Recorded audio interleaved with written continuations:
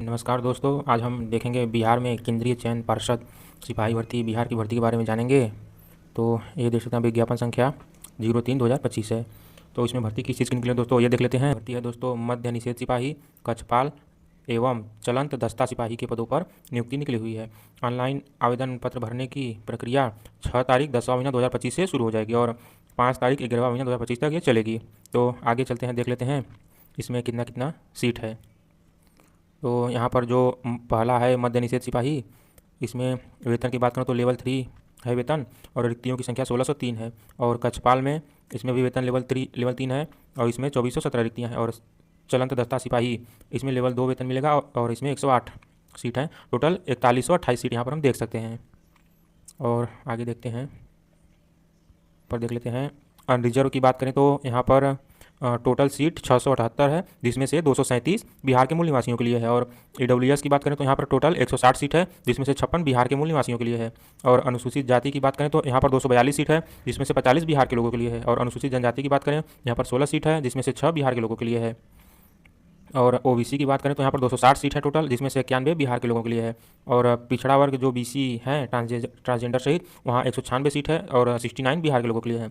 और पिछड़े वर्गों की महिलाएं बीसीडब्ल्यू, यहाँ पर 51 सीट है। कक्षपाल के लिए देख सकते हैं, कक्षपाल में अनरिजर्व के लिए टोटल सीट की बात करें तो 929 सीट है, जिसमें से 325 बिहार के लोगों के लिए है। और ईडब्ल्यूएस की बात करें तो यहाँ पर 225 सीट है, जिसमें से 78 बिहार के लोगों के लिए है। और अनुसूचित जाति की बात करें तो यहाँ पर टोटल 518 सीट है, जिसमें से 154 बिहार के लोगों के लिए है। उसके बाद यहाँ पर अनुसूचित जनजाति की बात करें तो यहाँ पर 39 सीट है टोटल, जिसमें से 12 बिहार के लोगों के लिए है। और ईबीसी की बात करें तो यहाँ पर 385 सीट है, जिसमें से 107 बिहार के लोगों के लिए है। पिछड़ा वर्ग की बात करें तो यहाँ पर 301 सीट है, जिसमें से 105 बिहार के लोगों के लिए है। और पिछड़े वर्गों की महिलाएँ यहाँ पर 20 सीट है, टोटल 20 सीट ही है। तो यहाँ पर कुल मिलाकर के 2417 सीट है, जिसमें से 781 बिहार के लोगों के लिए है। और चलंत दस्ता सिपाही के सीटों की बात कर लें तो यहाँ पर अनरिजर्व के लिए यहाँ पर 56 सीट है, जिसमें से 20 बिहार के लोगों के लिए है। और ईडब्ल्यूएस के लिए 9 सीट है, जिसमें से 3 बिहार के लोगों के लिए है। अनुसूचित जाति के लिए 22 सीट है, जिसमें से 8 बिहार के लोगों के लिए है। अनुसूचित जनजाति के लिए 3 सीट है, जिसमें से 1 बिहार के लोगों के लिए है। और ईबीसी के लिए 5 सीट है, जिसमें से 2 बिहार के लोगों के लिए है। पिछड़ा वर्ग के लिए यहाँ पर कोई सीट नहीं देखने को मिल रही है, हमें 0-0 है। और पिछड़े वर्ग की महिलाओं के लिए यहाँ पर 13 सीट है। तो यहाँ पर देख सकते हैं टोटल 108 हो गया, जिसमें से 34 बिहार के लोगों के लिए है। उसके बाद आगे देखते हैं योग्यता, मध्य निषेध सिपाही, कक्षपाल एवं चलंत दस्ता सिपाही के पद पर आवेदन हेतु पात्रता। तो मात्र भारतीय नागरिक ही आवेदन कर सकते हो, तो हम लोग जानते ही हैं। उसके बाद चलंत दस्ता सिपाही पद हेतु अभ्यर्थी को विज्ञापन की तिथि 26/9/25 तक या इसके पूर्व का 2 पहिया एवं 4 पहिया हल्का मोटर वाहन एलएमवी अथवा भारी मोटर वाहन एचएमवी चलाने का सक्षम प्राधिकार द्वारा निर्गत वैध वाहन चालन अनुज्ञप्ति, मतलब कि लाइसेंस होना चाहिए दोस्तों आपके पास। इसमें लाइसेंस की बात की गई है। और आगे देख लेते हैं शारीरिक मापदंड।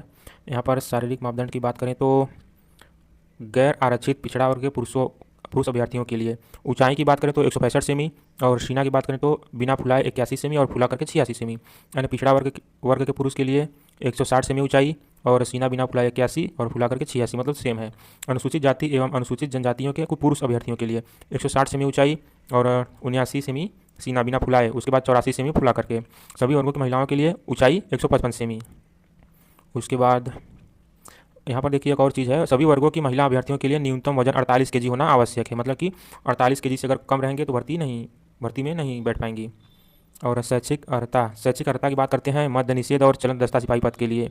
तो इसमें इंटरमीडिएट 10+2 उत्तीर्ण अथवा बिहार राज्य सरकार के मदरसा बोर्ड द्वारा निर्गत वैध मौलिक प्रमाण पत्र अथवा बिहार राज्य के संस्कृत बोर्ड द्वारा निर्गत शास्त्री अंग्रेजी सहित अथवा आचार्य अंग्रेजी रहित प्रमाण पत्र अथवा राज्य सरकार द्वारा मान्यता प्राप्त अन्य समकक्ष शैक्षिक अर्हता, मतलब कि 12 पास होना चाहिए।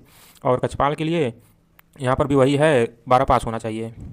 उम्र सीमा की बात करें तो मध्य निषेध सिपाही के लिए जो उम्र सीमा है यहाँ पर है, गैर आरक्षित कोटि के न्यूनतम उम्र 18 वर्ष और अधिकतम 25 वर्ष।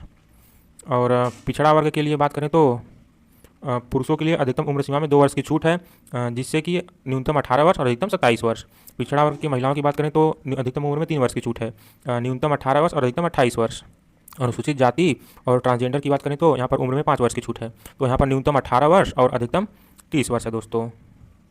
उसके बाद कक्षपाल के पद के अभ्यर्थी की उम्र सीमा यहाँ पर देख लेते हैं। यहाँ पर है कक्षपाल के लिए गैर आरक्षित के लिए 18 वर्ष न्यूनतम और अधिकतम 23 वर्ष, तथा पिछड़ा वर्ग के लिए पुरुष के लिए 2 वर्ष की छूट है, जिससे कि न्यूनतम 18 और अधिकतम 25, और गैर आरक्षित एवं पिछड़ा वर्ग की महिलाओं के लिए अधिकतम उम्र सीमा में 3 वर्ष का छूट है। तो यहाँ पर महिलाओं के लिए न्यूनतम 18 और अधिकतम 26 वर्ष, अनुसूचित जाति अनुसूचित जनजाति अभ्यर्थियों के लिए 5 वर्ष का छूट है, तो इनका न्यूनतम 18 वर्ष और अधिकतम 28 वर्ष हो गया। और यहाँ पर देख लेते हैं कक्षपाल गृह रक्षक कोटा अभ्यर्थियों के लिए उम्र सीमा, विहित अधिकतम उम्र सीमा में सभी आरक्षण कोटि के गृह रक्षकों को 5 वर्ष की छूट दी जाएगी। और जो भूतपूर्व सैनिक हैं उनके लिए अधिकतम उम्र 45 वर्ष है। और चलंत दस्ता सिपाही, इसके लिए देख लेते हैं उम्र सीमा। तो यहाँ पर गैर आरक्षित वर्ग के लिए न्यूनतम 18 वर्ष और अधिकतम 25 वर्ष, और पिछड़ा वर्ग के लिए न्यूनतम 18 वर्ष और अधिकतम 27 वर्ष, पिछड़ा वर्ग एवं अत्यंत पिछड़ा वर्ग महिलाओं के लिए न्यूनतम 18 वर्ष और अधिकतम 28 वर्ष। अनुसूचित जाति की बात करें तो यहाँ पर न्यूनतम 18 वर्ष और अधिकतम 30 वर्ष, और जो गृह रक्षक हैं आरक्षण के तहत उनको 5 वर्ष की छूट दी जाएगी। उसके बाद आगे देख लेते हैं आरक्षण की बात करें तो जो बिहार का निवासी होगा और जो उनका आरक्षण का लाभ राज्य सरकार के प्रचलित आरक्षण नियमों के अनुसार और राज्य सरकार के सक्षम स्तर से निर्गत प्रमाण पत्र के आधार पर ही देय होगा। आवेदन पत्र में आरक्षण का दावा नहीं करने पर आरक्षण का लाभ नहीं मिलेगा। तो अगर आपके पास आरक्षण का दस्तावेज है तो आप उसे लगा दीजिए, नहीं तो आपको नहीं मिलेगा। आवेदन में दिया गया स्थायी पता ही आरक्षण के प्रयोजन के लिए स्थायी निवास अनुमान्य होगा। आरक्षण के लिए अभ्यर्थियों की स्थायी आवासीय प्रमाण पत्र प्रस्तुत करना अनिवार्य होगा, मतलब कि निवास प्रमाण पत्र आपको लगेगा। चयन के लिए परीक्षा संरचना, मध्य निषेध सिपाही, कक्षपाल एवं चलंत दस्ता सिपाही की रिक्तियों के लिए चयन भर्ती की प्रक्रिया एक साथ होगी। अभ्यर्थी आवेदन में अपना प्राथमिकता अंकित करेंगे। नियुक्ति हेतु चयनित होने पर मेधा क्रमानुसार इनके द्वारा दी गई प्राथमिकता पर पार्षद द्वारा विचार किया जाएगा। चयन प्रक्रिया के निम्न चरण होंगे। प्रथम चरण लिखित परीक्षा। पहले लिखित परीक्षा होगा। आवेदन पत्रों के संग्रहण के उपरांत आवेदन पत्रों की समीक्षा की जाएगी एवं जिन अभ्यर्थियों के आवेदन पत्र सही पाए जाएंगे उनके लिए लिखित परीक्षा का आयोजन किया जाएगा। बहुसत्रीय बहुप्रश्न पत्रीय परीक्षाओं के लिए मेधा निर्धारित सामान्यकृत नॉर्मलाइजेशन अंकों की गणना 21 परसेंटाइल पद्धति से की जाएगी। लिखित परीक्षा का स्तर बिहार विद्यालय परीक्षा समिति की 10वीं कक्षा अथवा समकक्ष स्तर का होगा। लिखित परीक्षा में हिंदी, अंग्रेजी, गणित, सामाजिक विज्ञान, इतिहास, भूगोल, नागरिक शास्त्र, अर्थशास्त्र, विज्ञान, भौतिक रसायन, प्राणी विज्ञान, वनस्पति विज्ञान, सामान्य ज्ञान एवं समसामयिक मामले से संबंधित वस्तुनिष्ठ प्रश्न होंगे, मतलब बहुविकल्पी प्रश्न होगा। लिखित परीक्षा 100 अंकों की होगी। 2 घंटा के प्रश्न पत्र में कुल 100 प्रश्न होंगे, जिसमें प्रत्येक सही उत्तर के लिए 1 अंक दिया जाएगा। परीक्षा OMR शीट पर आधारित होगी। OMR शीट उत्तर पुस्तिका 2 प्रतियों में होगी, जिसमें से एक प्रति अदृश्य कार्बन प्रति के रूप में पार्षद के पास अंतिम चयन सूची प्रकाशित होने के पश्चात 1 वर्ष तक सुरक्षित रखी जाएगी। लिखित परीक्षा में 30% से कम अंक प्राप्त करने वाले अभ्यर्थी शारीरिक दक्षता परीक्षा के लिए असफल घोषित किए जाएंगे। लिखित परीक्षा अंतिम मेधा सूची का आधार नहीं होगी। लिखित परीक्षा केवल शारीरिक दक्षता परीक्षा के लिए अर्हक होगी, मतलब कि लिखित परीक्षा केवल आपके शारीरिक फिजिकल जो होता है उसके लिए मान्य होगा। द्वितीय चरण शारीरिक दक्षता परीक्षा PET। लिखित परीक्षा के आधार पर पात्र अभ्यर्थियों को निर्धारित अनुपात में शारीरिक दक्षता परीक्षा के लिए बुलाया जाएगा। शारीरिक दक्षता परीक्षा कुल 100 अंकों की होगी।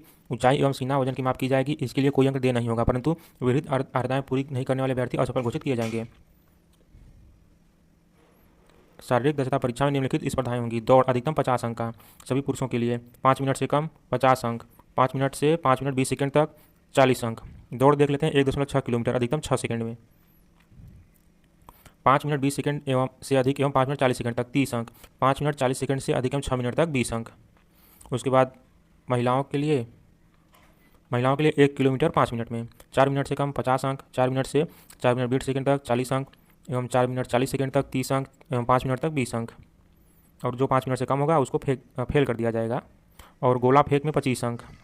सभी कोटि के पुरुषों के लिए 16 पाउंड का गोला न्यूनतम 16 फीट फेंकना होगा। 16 से 17 फीट तक 9 अंक, 17 फीट से ज़्यादा 18 फीट तक 13 अंक, 18 से 19 17 अंक, 19 से 20 21 अंक, 20 से ज़्यादा 25 अंक। और महिलाओं के लिए 12 से 13 फीट तक 9 अंक, 13 से 14 फीट तक 13 अंक, 14 से 15 फीट तक 17 अंक, 15 से 16 फीट तक 21 अंक, 16 फीट से ज़्यादा 25 अंक। और ऊंची कूद पुरुष के लिए न्यूनतम 4 फीट, तो 4 फीट के लिए 13 अंक, 4 फीट 4 इंच के लिए 17 अंक, 4 फीट 8 इंच के लिए 21 अंक और 5 फीट के लिए 25 अंक। और महिलाओं के लिए न्यूनतम 3 फीट, 3 फीट 13 अंक, 3 फीट 4 इंच 17 अंक, 3 फीट 8 इंच 21 अंक और 4 फीट 25 अंक। और तृतीय चरण है दस्तावेज सत्यापन, मतलब डॉक्यूमेंट वेरिफिकेशन। जो प्रथम और द्वितीय चरण पास कर लेगा वही तृतीय चरण में जाएगा।